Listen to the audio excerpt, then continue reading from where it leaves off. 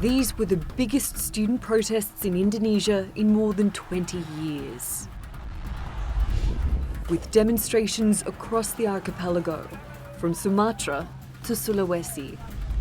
The protesters were voicing their anger over law reforms, as well as changes that would weaken the nation's anti-corruption agency, known as the KPK.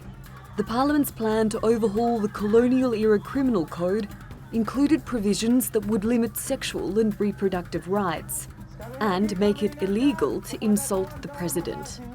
There are ideological divisions among the protest groups, and their demands are varied, but they do appear united in their desire to hold on to democratic freedoms.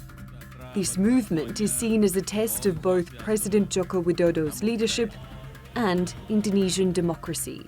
There has been a win of sorts for protesters. The president has pushed back Parliament's vote on changes to the penal code. Saya juga memerintahkan Menteri Hukum dan HAM untuk kembali menjaring masukan-masukan dari berbagai kalangan masyarakat sebagai bahan untuk menyempurnakan RUU KUHP yang ada.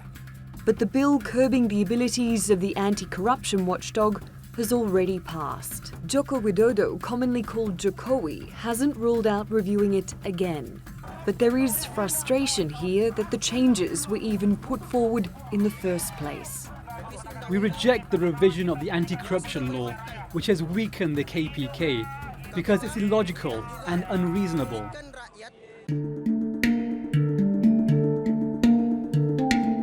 It's just a few months since Jokowi won office for the second time. The first time around, he campaigned on a reformist agenda.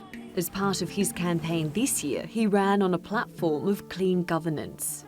So the changes which went before the Parliament and the President's initial support for them have disappointed some of his base.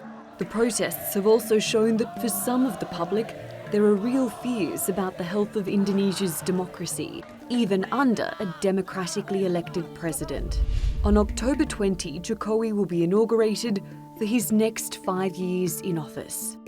One of the most immediate challenges he'll have to address will be the political unrest created in the last days of his first term. Natalie Poyhonen, The Newsmakers.